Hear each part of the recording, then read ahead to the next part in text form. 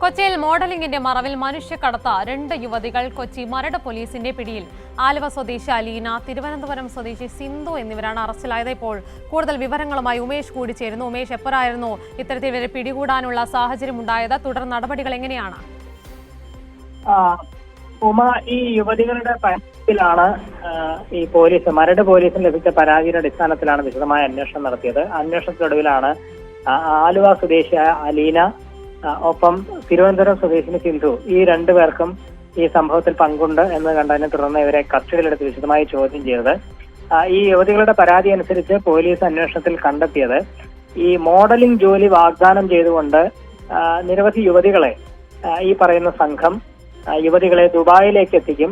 അവിടെ എത്തിച്ച് മോഹന വാഗ്ദാനങ്ങൾ നൽകിയാണ് ഇങ്ങനെ ദുബായിലേക്ക് എത്തിക്കുന്നത്. അവിടെ എത്തിച്ച ശേഷം രഹസ്യമായ ഒരു തടങ്കിലാക്കും. അവിടെ വെച്ച് ബലമായി മയക്കുമരുന്ന് ഉൾപ്പെടെ നൽകി അബോധാവസ്ഥയിലാക്കിയ ശേഷം ഈ വിവിധ സംഘങ്ങൾക്ക് കാഴ്ചവെക്കുന്നതായിരുന്നു രീതി.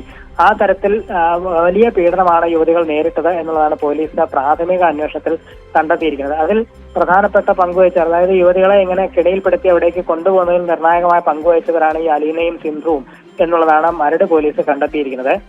ഇതിനൊടുവിൽ ഈ അന്വേഷണത്തിനൊടുവിൽ 2 പേരെയും ഇപ്പോൾ പോലീസ് പിടികൂടി. അലീനയെ കൊച്ചിയിൽ നിന്ന് തന്നെയും സിന്ധുവിനെ മുംബൈയിൽ നിന്നുമാണ് പോലീസ് പിടികൂടിയിരിക്കുന്നത്. 2 പേരെയും വിശദമായി ചോദ്യം ചെയ്ത് ഇവരുടെ അറസ്റ്റ് രേഖപ്പെടുത്തി തുടർ നടപടികളിലേക്ക് കടക്കാനൊരുങ്ങുകയാണ് മരട് പോലീസ്. ഒപ്പം പോലീസ് പറയുന്നത് ഇത് വലിയൊരു സെക്സ് റാക്കറ്റ് ആണ് ഇതിന് പിന്നിൽ എന്നുള്ള നിഗമനത്തിലാണ് പോലീസ്. അതുകൊണ്ട് തന്നെ ഈ 2 യുവതികൾ മാത്രമല്ല, ഇവർക്ക് പിന്നിൽ വലിയൊരു സംഘം തന്നെ പ്രവർത്തിക്കുന്നുണ്ട്.